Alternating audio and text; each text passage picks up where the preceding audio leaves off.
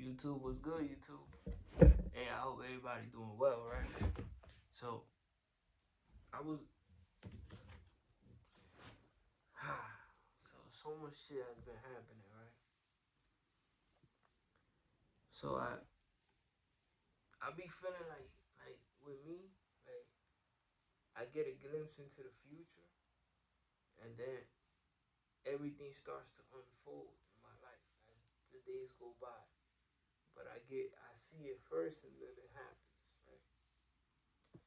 And then I start to see why I saw the things that I saw and why everything that I saw,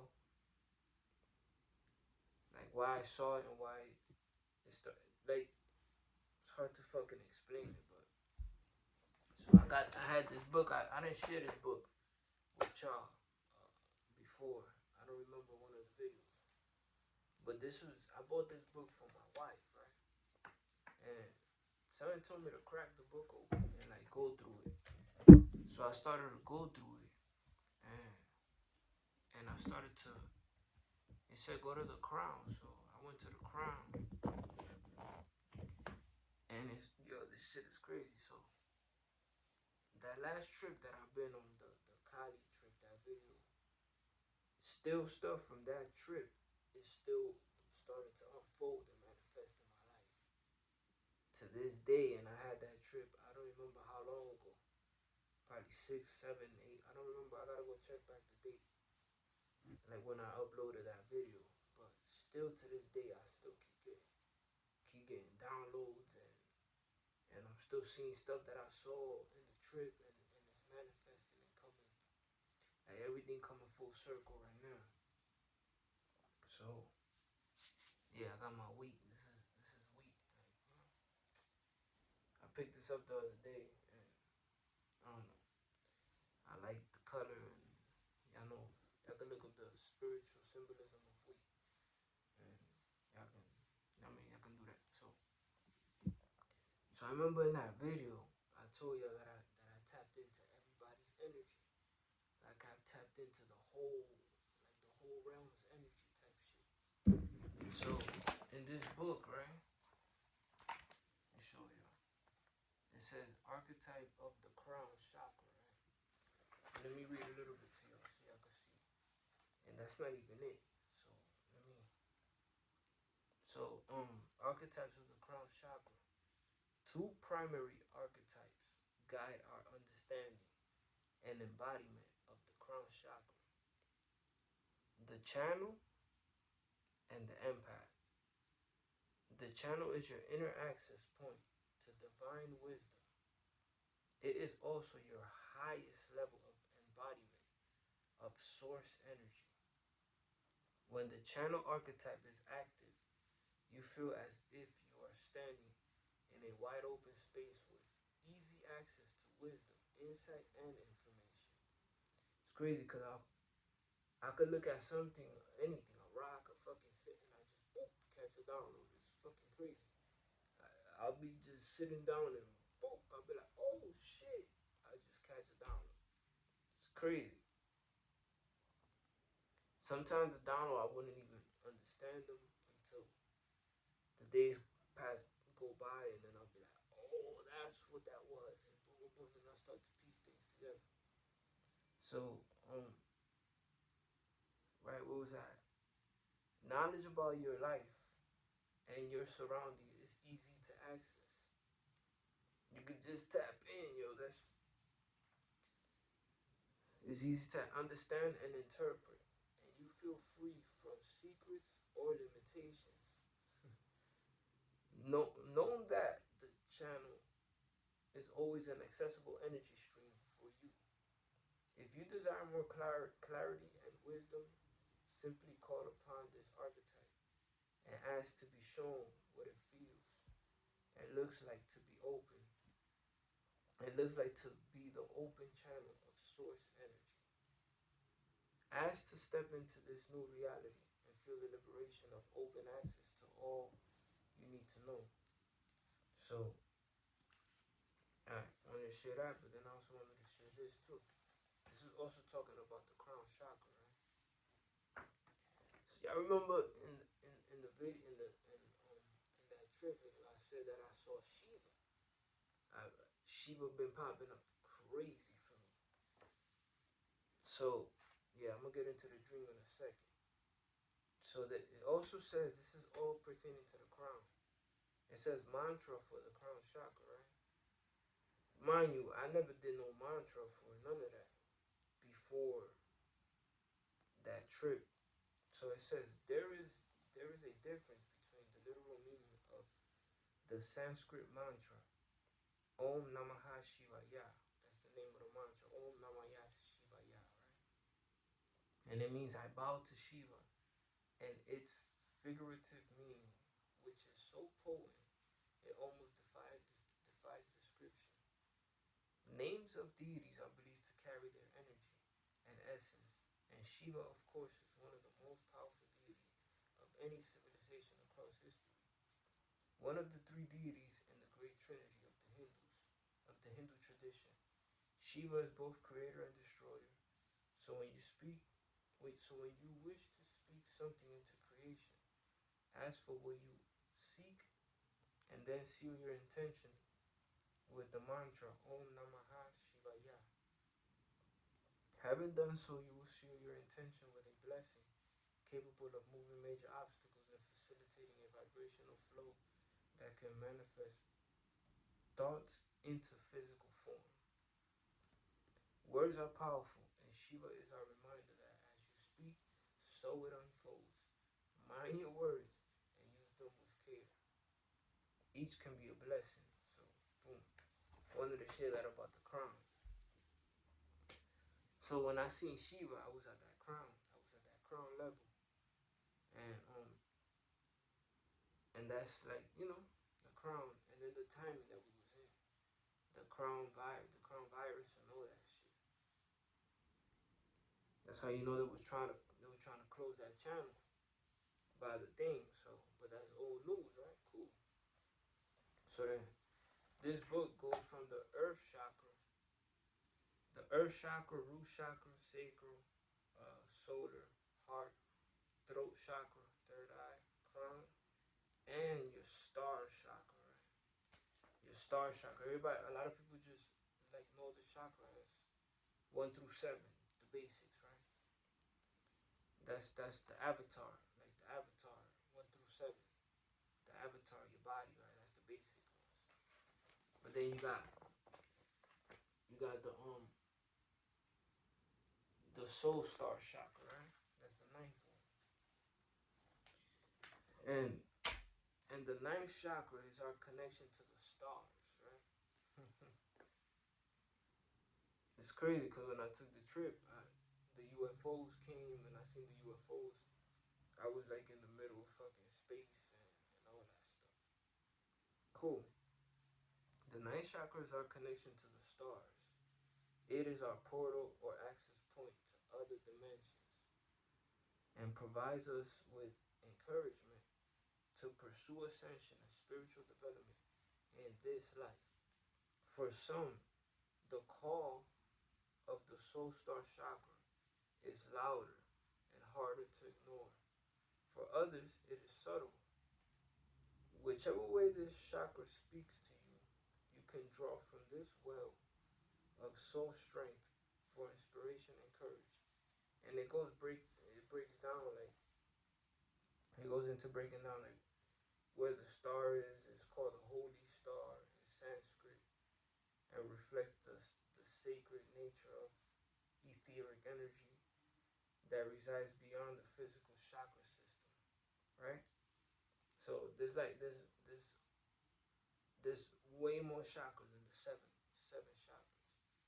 I just ordered a book that deals with 100 chakras, and it was fucking even hard to find because there was like this. I couldn't find any like I couldn't find much information about the outer chakras, like from nine up, like the celestial chakras. But I found the book and I ordered it. I'm waiting for it. I ordered it like a week ago and it's supposed to get here like at the ending of the month type shit. It's crazy. So tells us over here also that if your crown chakra is if your crown chakra is your crown, the soul star chakra is your halo. You feel me? It is an angelic amulet, a divine ray of heavenly light that offers nothing but pure nourishment and loving balm to your soul. The medicine of the soul star chakra is ascension, and it is called and its call is to the deepest part of your soul. Use this meditation to guide you on your journey. And they got the whole. It goes into the meditation on how to like connect to the soul star chakra. So I also say here too. Remember I told you that I seen aliens in that trip, right? Yo, and it's crazy because I had this book. This was like probably one of my first books. I bought this shit so long ago, and it wasn't even for me. It was for my wife, and it's how spirit worked. They were like, it was like, yo, go back into that book. This book was at the bottom of the pile of all the books because I felt like I already knew all the chakras, and I'm like, I don't need to fuck it. I bought that for her because she's still like learning and stuff. So you know how sometimes you be feeling like, oh, you know it all, and you already got that. And yeah, when I opened the book, I was like, what? That's what the fuck I was experiencing, and that's what I was going through, and yada yada. So I started to put piece things together and stuff.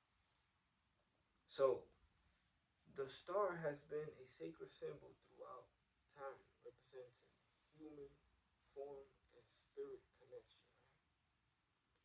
And the soul star or holy star is the place within where the human self and star self unite.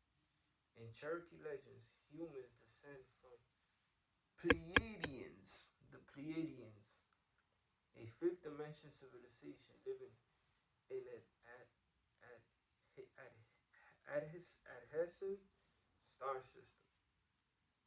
These beings are said to live in love and peace, free from conflict. What what it would mean for you to love this way, absent from conflict or challenge. So that explains why I seen the UFOs, and they were throwing up the peace sign. They were very friendly. They were green. They were little green men, and in their ships too. They came flying like into my field of vision, and they were throwing up the peace sign and being very peaceful. And I was like, oh shit, UFOs! Like it's crazy.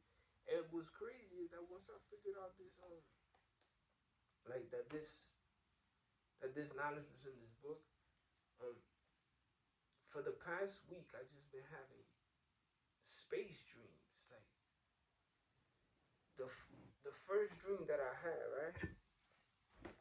I was in I seen my sister, and it's crazy because when the last time like the moon was in Taurus, like a week ago or something, the moon was in Taurus. I forgot when, but it was just recently in Taurus. And every time the moon is in a specific zodiac, I'll have a dream about a person that I know that's affiliated with that zodiac. And I'll be like, why the fuck am I dreaming about this person? Like I don't even think about this person. It could be like one of my cousins. It could be like Aries or something. And then the moon will be in Aries. When I go look, the moon is in Aries. I'll be like, oh shit, that's why. So the way my like my mind is interpreting the times above, it uses because it's as above so below. So it'll use who I know it is affiliated with that zodiac sign, like in a way for me to like be able to understand like the signs above and stuff, because as above so below. So in that dream, my sister came up to me. She was like, "Yo," because right now, me and my sister don't really speak. Like family issues and stupid shit, bunch of childish shit. So me and her don't speak. But she's always popping up in my dream, and we be chilling in the dream, and like we cool as hell in the spirit realm, but in the physical, we like you stay over there and I'll stay over here type shit. But I love my sister though. She's my sister. You feel me? So so in the dream she was looking at me. She's like, yo, how the fuck you know so much? That's what she told me. And I started to break things down to her. I'm like, everything is like has a correspondent and it's as above so below. Like I was breaking it down to her. And like when I turned away to like break something down to her and I looked back at her, like she all of a sudden turned into an astronaut. And the astronaut's helmet had like a TV screen and they were showing me things. They were showing me things. Yo, the technology that shit was fucking insane. And I'm over here like, what? And then she had like frogs, like there was like these frogs, these spider monkey frogs. That's how I know Campbell medicine is calling me also, cause she's terrified of frogs, my sister, and and it was like a subliminal message. Like so many things be happening at once. Like in the background, in her helmet, what I'm trying to explain to her, the frogs, and it be like the universe is be trying to communicate with so many different symbols and subliminals that I gotta like take time to break everything down and put everything together. So I know the frog, the toad, the Campbell is calling me. It's calling me because that next day I kept seeing frogs popping up on my feed and I had scheduled a Campbell medicine ceremony, but I was unable to make it. So I know the frog is calling again. When I go into like nature, a frog will pop up, and I'm like, shit. The frog is like, hello, like it's time, like it's time. And the medicine, the benefits of that medicine is very powerful. And I gotta go and finally commit and book a session, a ceremony session with I don't know with a shaman or something to administer the Campbell and finally get that done because I know the monkeys, the spider monkey, the monkeys. I know the spider frogs are calling. I think they no the monkey frogs or something like that. I think it's monkey frogs, but they're calling. I know it. I know. So the day after that, I had another dream where I seen a bee, and there was this bee, and the bee was like I don't know, yo. It was like giving me like kind of like access into the spirit, like the spirit realm, and then I seen this eight. I didn't see the alien this time, but I was hearing him make sounds. He was like behind the wall, and it was kind of scary, like at the same time. But that happened quick. But I had the feeling of it being an alien. Then I had another dream 2 nights ago that that I looked in the sky and the clouds made a shape of a horse. And I was looking, I'm like, yo, wow, look, a horse in the sky, like in the clouds. And a plane passed through the clouds, and then a big ass mothership came and it shot down the plane. And and I started to help the people because the plane crashed in the water, and I had to rescue them out of there. And I ended up rescuing them out. Weird shit. I know the dream is kind of dumb, but it's been a lot of fucking space shit, like a lot of space things. So I guess it's because of that. I guess I and before those space dream happened, I had a dream that this Indian lady, she was like, she was kind of like I seen this Indian lady and I know her in the dream, but I don't know her in real life, and she was just like saying her goodbyes to me, like she kept giving me hugs and she was like okay, like it's time, like and she was with her husband and she kind of felt like a teacher or some shit. And she was like, that it's time for you to go, and I was like, she gave me two hugs. She didn't even want to let me go. And then I had a, when I woke up, I was like, yo, was that like a transition? Like I went through a transition from, cause I was like, I'm very like I am very into like Hindu mythology and stuff like that. So it kind of felt like a graduation or some shit like that. Like I done passed that level, or like that's it. That her teachings were like she was done with me or something like that. And then after that, I'm starting to have all these UFO dreams and shit. It's crazy. So the soul star chakra, fucking, it makes sense now when I'm reading about the soul star chakra. And then it's crazy because this is like this is how she depicts. This is like the archetype of the soul star. Is this lady with the white bull, and is the goddess of the soul star chakra, white buffalo calf woman from the Lakota tradition,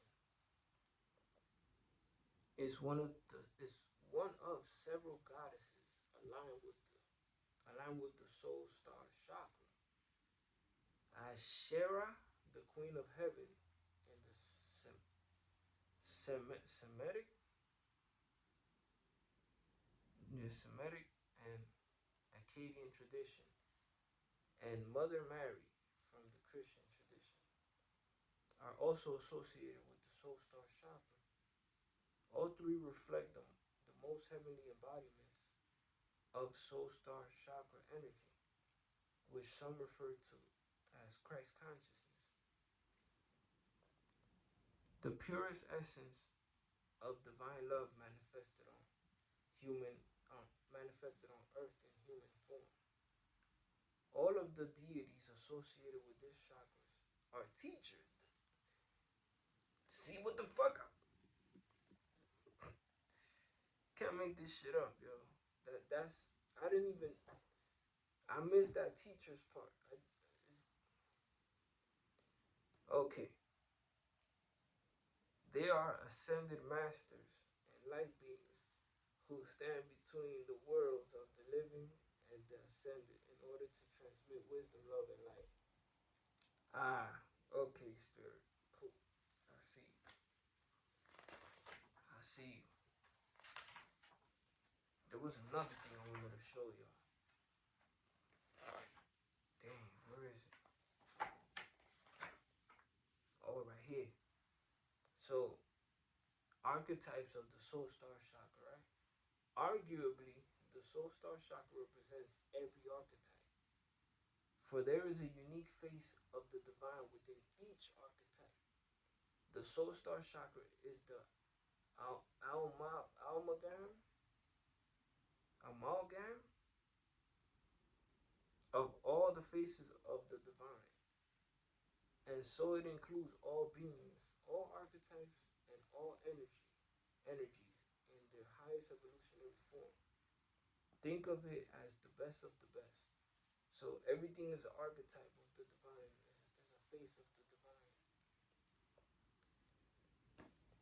That that explains why I've been into Greek mythology, Hindu mythology, Mayan, Aztecs, Egypt, all the archetypes, because all the archetypes hold a piece of information of the divine. Everybody got a role to play. Everybody got a lot. Everybody got a purpose. I'm speaking as gods, deities, ascended masters, all that, even the demons, because I just got this book on Solomon and the demons, and in the book Solomon is he made his seal of Solomon, in order for him to control, like to control the demons, and to bound the demons, right? So he'll he's like interviewing them. He's like, hey, demon number one, whatever. I'm just paraphrasing. What's your name? And the demon will be like, my name is Bob. Or it's not Bob, but I'm just using Bob. And Solomon will be like, what's your purpose? And the demon would be like, I'm in charge of breaking happy homes. Like I'm in charge of causing um like like issues at home between spouses. And then the demon and then Solomon would be like, what's your weakness? And the demon would be like, well, if you say such and such, I flee away. Or if you mention Angel Raphael, I flee away. So then Solomon was like, alright, so I'm gonna give you a job. So he was interviewing all these demons, and he was giving them a job. Like you're gonna be in charge of cutting the grass, not cutting. Like you're gonna be in charge of painting the house type shit. Cause he went through all the demons that are in the human body, right? And the main purpose of them was to build the temple of God, which is us. We are the temple of God. You are the temple of the living God, right? But we got the demons in us. We have good and bad, dark and light, right?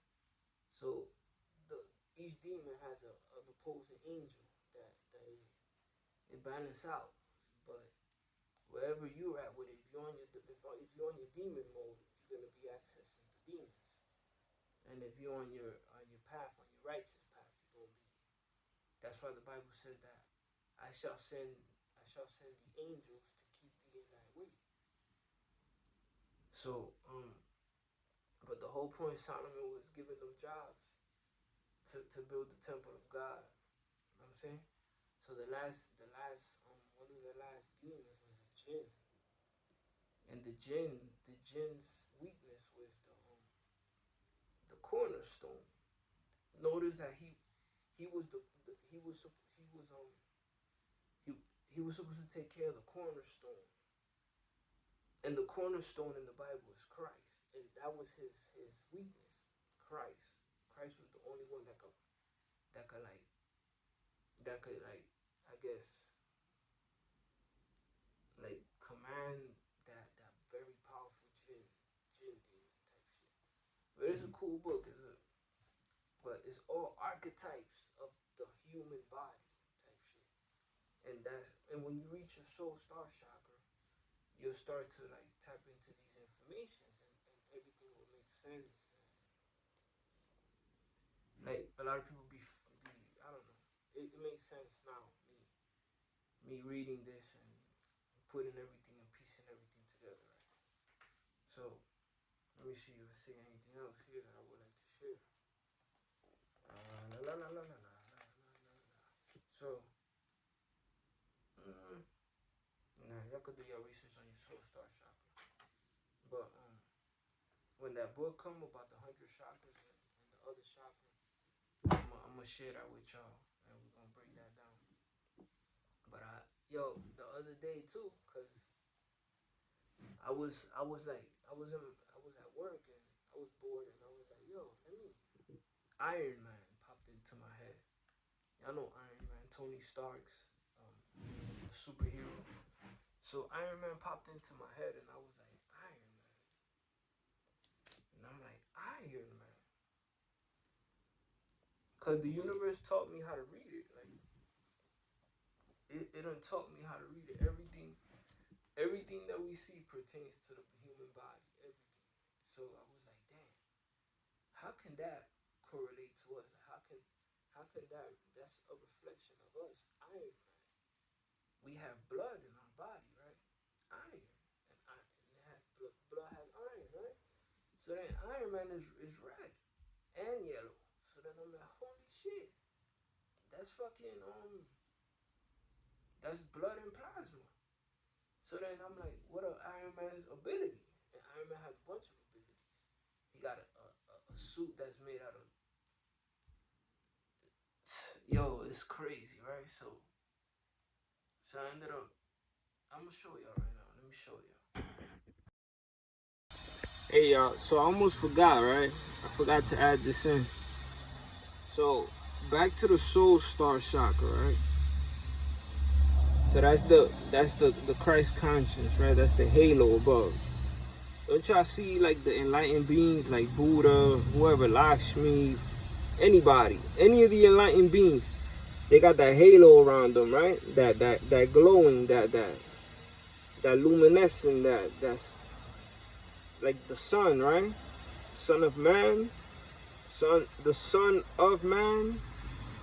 I'm saying that the halo, the star chakra, the soul star chakra. So that's what we should be trying to tap into right now. The soul star chakra. I mean, get your crown right. Fix your crown. You know what I mean? They got crystals, they got teas, they got mantras, they got meditations to get your crown right. And then y'all could jump on to the soul. A lot of y'all already at the soul. Then y'all gonna start dealing with the archetypes and all that. So that's why in the Bible it says that something like this. I think Christ said that follow me and ye shall thirst no more. Cause you're gonna have your own sun. You're gonna tap into your own star.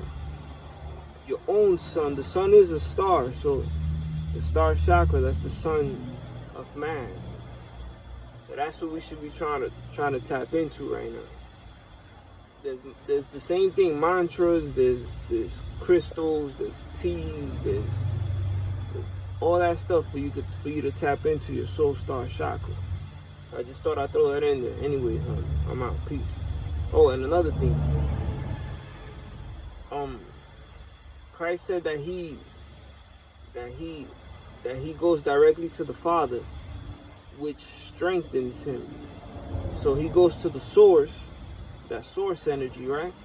Which strengthens him. So therefore he don't need to extract his energy from people, having, you know what I'm saying, like having people worship him or stuff like that. Like he's not vampiring out here. Like a lot of people are doing. A lot of people are trying to get the energy from the next person, rather than tap into that sun energy within themselves, that star, the star within themselves. And then that's once you tap into that star, Christ said that you shall have everlasting life, and it's eternal. That once you tap into that, your star, your soul star chakra, it's eternal. You got unexhaustible energy. You got that like the sun. It doesn't go nowhere. It's always there. You can always feed off of it, and it's always there. It's an eternal power. Anyway, I Hey just thought y'all, I'd throw so that in there. I'm Iron out. Man, Peace. right? As we see Iron Man, look at his colors. He's red and yellow, right? Cool. So I kept digging, and then I'm over here like, yo, how the hell does this correlate to us? Like I was telling you, so his suit, he got a power called let me see if I find it. I was reading about this the other day. So yeah, it's right here. Technopathy extends to every piece of technology, right? So Tony Stark is able to save. I'm right here. Tony Stark is able to save his life, gain enhanced healing factor, and partially merge with the Iron Man armor, superseding the need for bulky AI control armors in favor of lighter designs, technopathically controlled by his own brain. His enhanced technopathy extends to every piece of technology, right? So he's able to tap into all technology with his brain, and we can do that. But in our case right now, it's like kind of like technology controls us, but we can control it to work in our favor. If you're like aware of these things, but so me doing my research with this, I stumbled upon this because I was like, yo.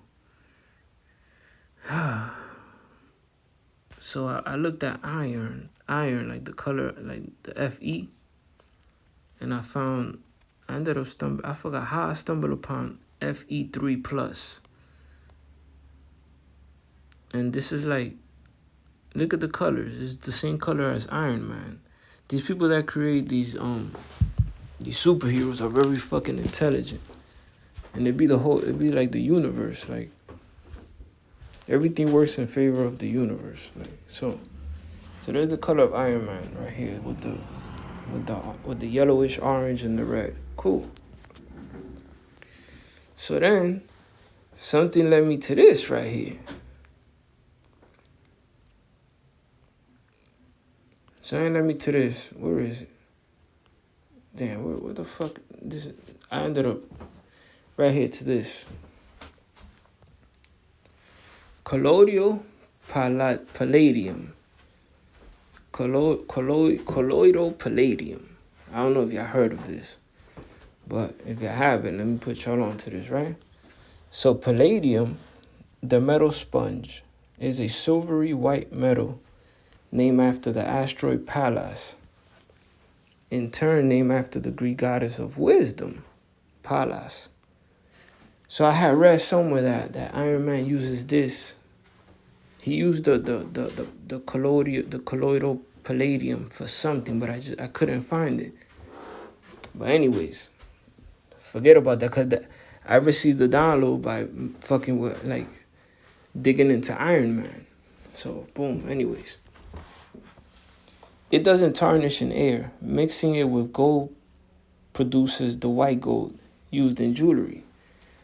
Closely related to platinum, it is used in dentistry, watchmaking, surgical instruments, and electrical contacts. And it is a member of the noble metals and platinum group metals, right?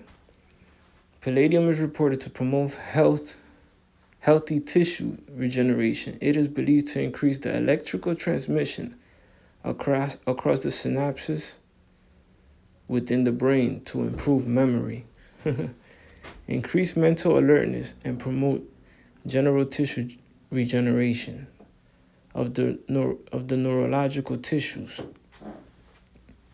When I was reading this, I was like, oh, hell no, I gotta get me one of these.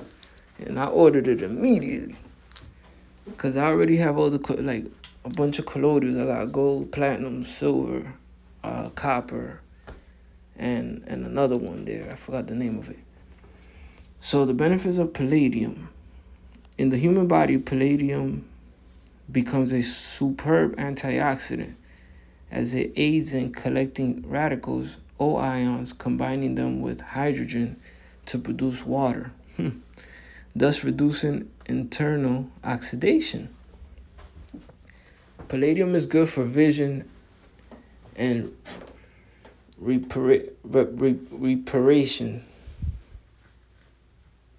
regeneration of certain cellular structures that are, as you would say, duty specific.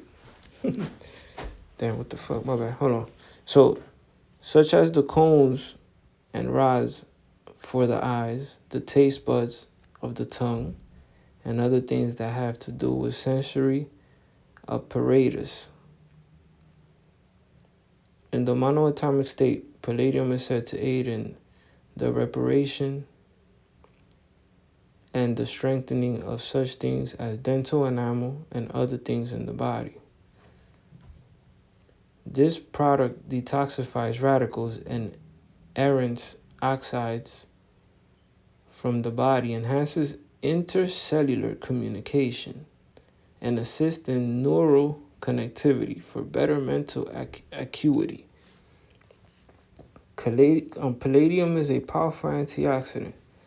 As an example of a direct application in fat cells, when the molecular